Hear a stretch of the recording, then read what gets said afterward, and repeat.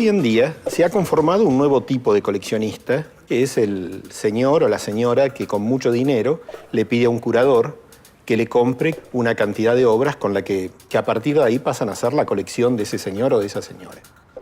¿Qué te hace pensar esta situación que yo acabo de describir? Este último tipo de coleccionista que estás describiendo no es un coleccionista, es un inversor. Ahora ya en muchos casos no se trata de pasión, no se trata de investigación, de búsqueda, sino que en muchos casos es una cuestión puramente de acumulación, sin ese sentido primero de amor, de disfrute personal que tenía el primer coleccionista. Pero a pesar de todo sigue habiendo mucha gente que sigue disfrutando mucho con el coleccionismo y que no delegan todo en asesores o en buscadores o en ferias o en propuestas, sino que siguen yendo ellos mismos detrás de las piezas. Pero antes, el otro tipo de coleccionista, a mí lo que también me interesaba mucho era que en muchos casos han sido cruciales, no solamente para que se conserven las piezas materialmente, sino también incluso para que la fortuna crítica de un artista llegue a funcionar. Es decir, por ejemplo, alguien como Peggy Guggenheim apostó por Jackson Pollock,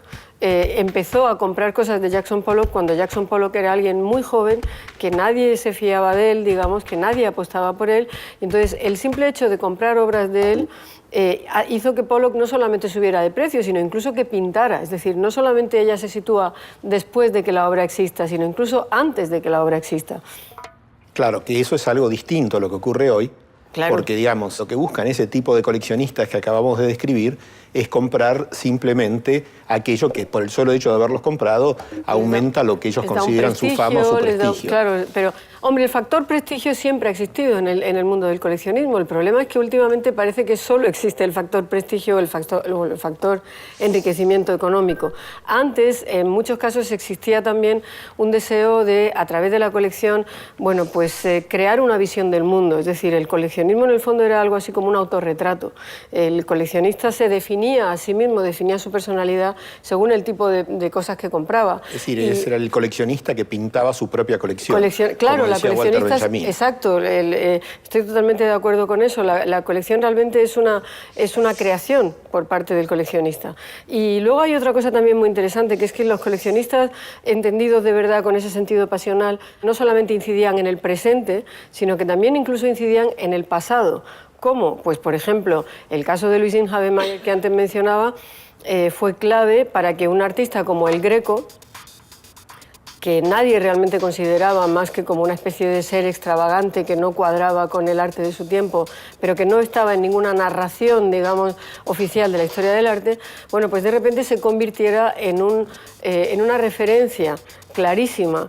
¿Por qué? Porque en el contexto del principio de la modernidad, alguien como el Greco, que se saltaba todas las reglas, que era el antiacadémico por excelencia, bueno, pues empieza a verse como un ejemplo de libertad.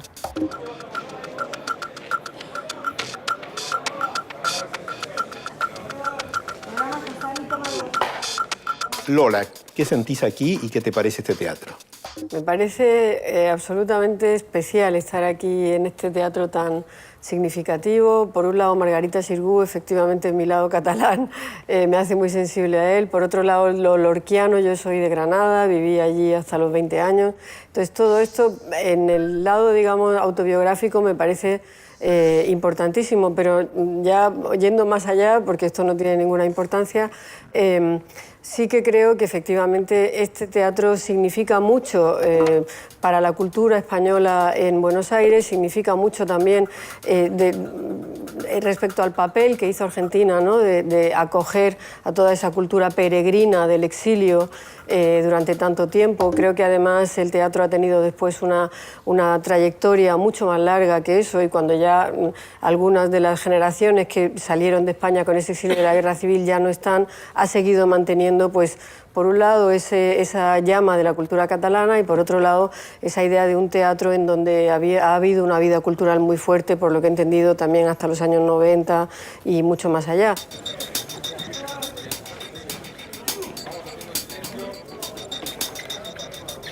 Este acercamiento a Latinoamérica, ¿cómo ha venido repercutiendo en las colecciones públicas españolas, es decir, en las colecciones de los museos? ¿Cómo ves esa situación? Se han incorporado efectivamente muchos más artistas latinoamericanos. Hay que empezar por decir que el coleccionismo público en España bueno, ha sido durante prácticamente todo el siglo XX una asignatura pendiente, y la ventaja ha sido que cuando realmente ha empezado a producirse de verdad un interés por el coleccionismo público en las décadas finales del siglo XX, ha coincidido con un mayor interés hacia lo latinoamericano también, de tal manera que la gran entrada de obras a las colecciones públicas en España, bueno, pues ha incluido a esos artistas latinoamericanos. En España había habido siempre una sensación de que las colecciones públicas no acababan nunca de arrancar. Los museos públicos, y especialmente el museo que después acaba dando lugar al Reina Sofía, durante mucho tiempo no tuvo presupuesto de adquisiciones, ninguno. Solamente llegaban al museo las obras que se premiaban en las exposiciones nacionales de Bellas Artes, que, hablando de corporativo, eso era lo más corporativo de todo. Poco a poco, sobre todo especialmente después del comienzo de la democracia, con la transición, fue cuando se empezó a tener la idea de que las grandes colecciones de arte público podían ser un emblema de la modernización del país. Entonces, ahí cuando se empieza a coleccionarse primero solamente no, pero mayoritariamente arte español, porque se considera que había que recuperar un tiempo perdido.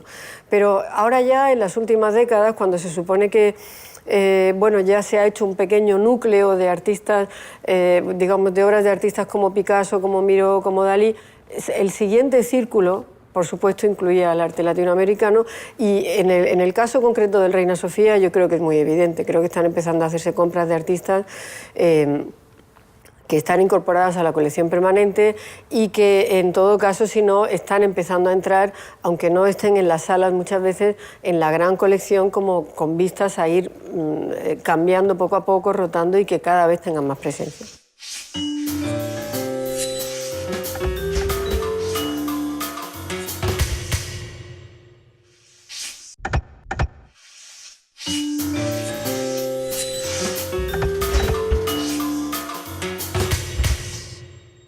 Bueno, en ese sentido, en la exposición que se hizo a comienzos de año o a fines del año pasado, sobre los años 30, uno se encontraba presidiendo una de las salas, una obra muy importante de Antonio Berni. Bueno, presidiendo la primera sala, era realmente una presencia muy fuerte, porque estaba en el muro de cabecera, y eso, para todos los alumnos de la maestría de curaduría, todos saben que ese es el lugar preferente por excelencia. Efectivamente, eso fue... O sea, que ya saben que tienen que poner un Berni ahí si quieren hacer las cosas bien. Exacto, esa es la lección. No, lo que quiero decir es que efectivamente fue una apuesta muy fuerte por esa obra de Berni, porque realmente daba el tono absolutamente de la exposición, que ha sido una de las exposiciones más comentadas, más visitadas de toda la temporada en el Reina Sofía. Siendo además Berni un artista poco representado en España, muy poco visible en España. Hace un par de años, creo que fue, ¿no?, la propia UNTREF hizo una exposición de Berni en la Real Academia. Exactamente. Y yo creo en Málaga también. Y en Málaga también, efectivamente, pero para el público madrileño quizá podía haber tenido una primera impresión de lo que significaba el trabajo de Berni en la Real Academia, pero después la impresión de verlo en ese contexto y en ese relato de los años 30, completamente internacionalizado, con toda una serie de microrelatos a su vez cruzados, yo creo que daba una dimensión muy fuerte del significado de Berni bueno, pues en el relato internacional de la historia del arte, ¿no? Entonces yo creo que ese es un buen ejemplo de cómo ha empezado a visibilizarse muchísimo más el arte latinoamericano y el arte argentino en la colección del Reina Sofía y en las exposiciones.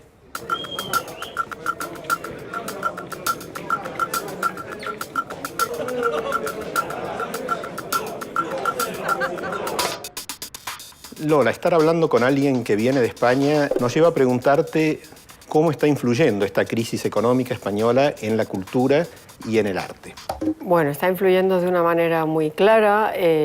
Hemos tenido unos años de un gran boom económico que han dado lugar a una enorme proliferación de centros culturales y de centros de lectura y de centros de producción artística, y realmente notamos que la cultura está siendo uno de los sectores que más están sufriendo la crisis.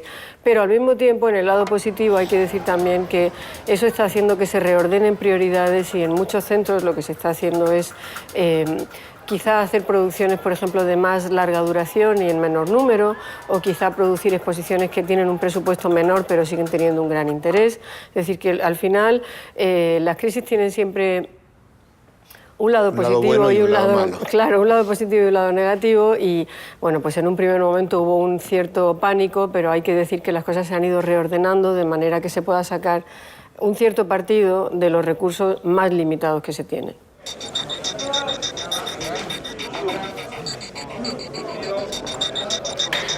Otro tema bastante discutido hoy en el mundo cultural es cómo se conjuga lo privado y lo público. ¿Cuál es tu idea sobre eso? Es que, por supuesto, eso es un tema que enseguida se ha dicho en España, si el museo entonces iba a ser como rehén, digamos, de estos coleccionistas que iban a imponer sus propias, digamos, sus propios gustos, o los artistas de sus propias colecciones, porque además esto coincidía también con la exposición que hay ahora mismo en el museo de la colección de una parte de la colección de Patricia Phelps, que se llama La invención concreta, etcétera, etcétera. Pero bueno, en realidad esta es una historia tan vieja como el mundo de los museos de arte contemporáneo. Un museo de arte contemporáneo en general tiene una conexión con el mundo actual y con el mercado actual y real que hace que siempre haya, como si dijéramos, amistades peligrosas. Es inevitable. Podría decirse lo mismo desde el principio de los tiempos, pues con el MoMA, con el Museo de Arte Moderno de Nueva York, cuyo patronato pues está formado por grandes coleccionistas. En principio se supone que están ahí para aportar, ayudar al museo. Claro, para ayudar, pero es evidente que también, pues si tienen que dar obra de algún artista al museo, normalmente darán una obra de un artista de su preferencia, y es probable que tengan obras de ese mismo artista en su colección, que por lo tanto se revaloriza al mismo tiempo. Entonces, bueno, ahí siempre hay esa conexión que yo creo que es bastante inevitable. Pero es que ocurre... El Museo de Arte Contemporáneo tiene siempre esa especie de esquizofrenia, ¿no? De querer ser, por un lado, algo sagrado, que está por encima del mundo, digamos, absolutamente puro y limpio porque es un museo, pero por otro lado la conexión con la contemporaneidad hace que a veces tenga que embarrarse, porque tiene que mezclarse con lo que está pasando, es decir, con el mercado. Por eso mismo está la famosísima frase, la boutade, ¿no?, de Gertrude Stein, que al parecer le dijo al propio Alfred Barr, al director del MoMA, que le dijo: "You could be a museum or you could be modern, but you can't be both at a time". ¿No? O eres un museo o eres moderno. Usted puede ser un museo o puede ser moderno, no puede ser ambas cosas a la vez. Lola, como siempre, charlar con vos es realmente un placer y muchísimas gracias. Gracias a vosotros, un placer siempre venir. Gracias.